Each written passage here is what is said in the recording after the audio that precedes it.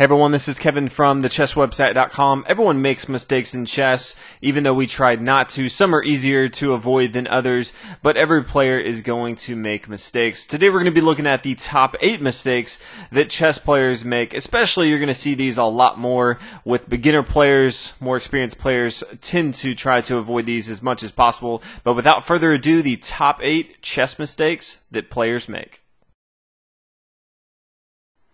The first mistake a lot of players make is to bring out their queen way too early in the match. They recognize that the queen is the most powerful piece, so they play pawn e4, pawn e5, and then immediately bring their queen out to h5, hoping that their opponent makes a mistake.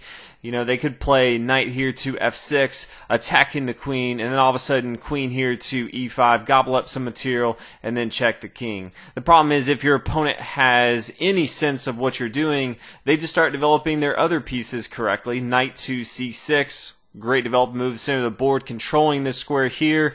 Then we see bishop here to c4, trying to trap the opponent with the queen here to f7. But then all of a sudden, pawn to g6. Then the queen comes back here to f3 because still want to try to trap your opponent here on f7. And then knight to f6. All of a sudden, black is developing his board very, very easily. White, on the other hand, is just trying to bring his queen everywhere, and this queen is now blocking the knight from getting involved. So whenever you're playing, try not to bring your queen out very early unless you have a really, really good reason to. And more times than not, you're not going to have a good reason. The next mistake I see a lot is players not focusing on the center of the board.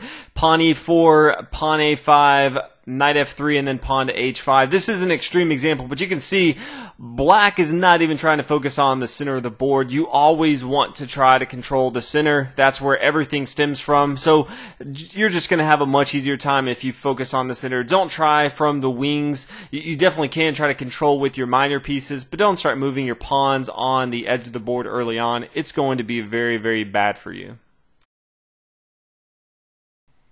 The next mistake players make is forgetting to castle. Now, castling does a few things. One, it keeps you from having your king in the center of the board, just getting chased around everywhere.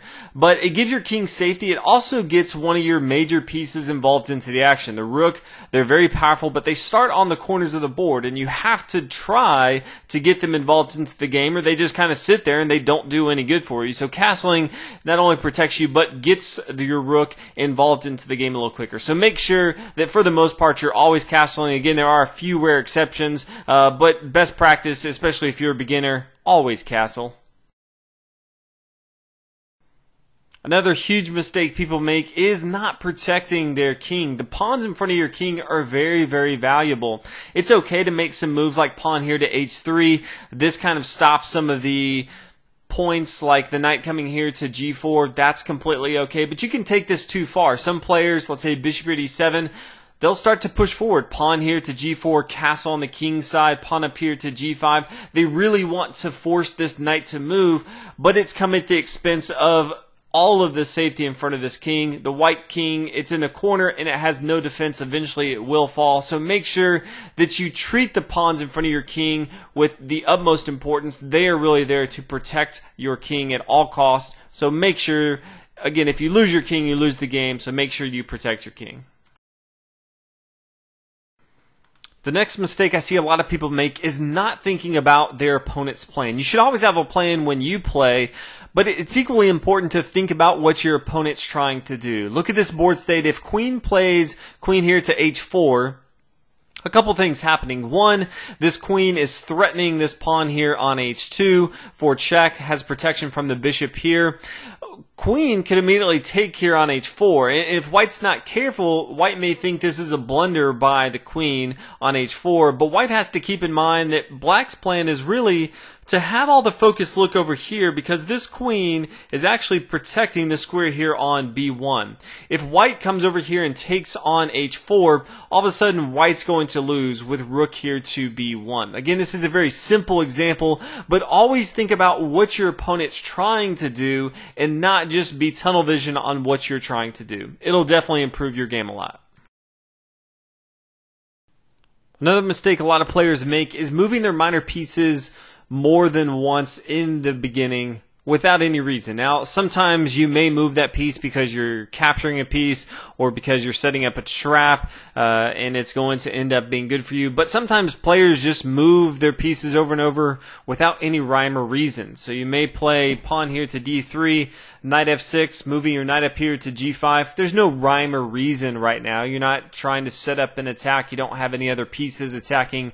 Pawn here to f7, bishop here to e7. Knight involved, pawn moving the knight back here to f3, castle, the knight comes back here to d2, just kind of moving your knight around. This is definitely going to be bad. You can see black has a much better position here than white. White's just kind of moving all of his knights around, doesn't have any of his other pieces developed, is a couple moves away. Right now is 3 moves away from actually castling his king, getting king safety. So black has the upper hand where white kind of started in the game. So make sure you move your pieces towards the center of the board you control, but then don't move them again unless you have a very good reason to.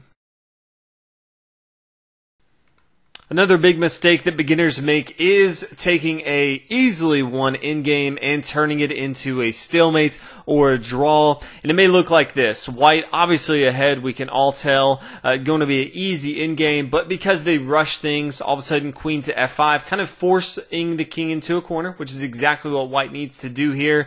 The king's going to come here to h8 and then king to f8. And unfortunately, this is a drawn game. Black is not in check and he can no longer move, and so this is going to be a draw game.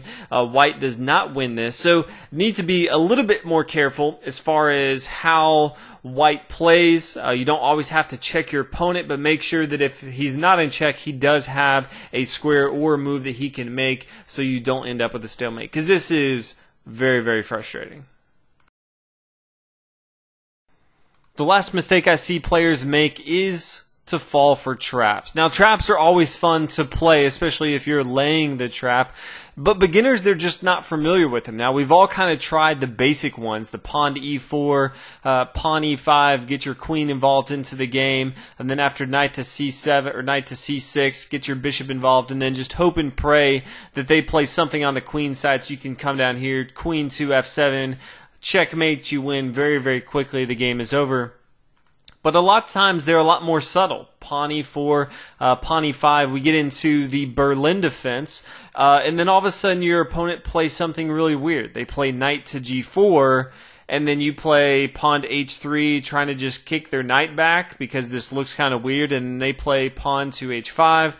You take their knight and kind of chuckle, and then they play pawn to g4, and you essentially lose the game. And you're just like, man, I just don't understand what happened. Their queen come here to h4 after they move your knight, and then you're just going to lose. And so you look at this like the fishing pole trap here and say, man, this is a tough way to go. So always important to be familiar with some of the traps. One, because they're fun to play yourself, but then two, you just don't want to fall for them. And usually, if you can stop the trap, you will end up with a better game. So always want to make sure there are a lot of videos on the website, thechesswebsite.com, to look at some of those traps, but make sure you're familiar with them. You definitely don't want to be falling for some of these traps. So again, these are the top 8 mistakes I see from chess players that they make in their own games, especially beginners. So make sure you try to avoid these, and if you see your opponents playing these, hopefully you can take advantage and win a lot more games. Thanks for watching. I'll see you guys in the next video.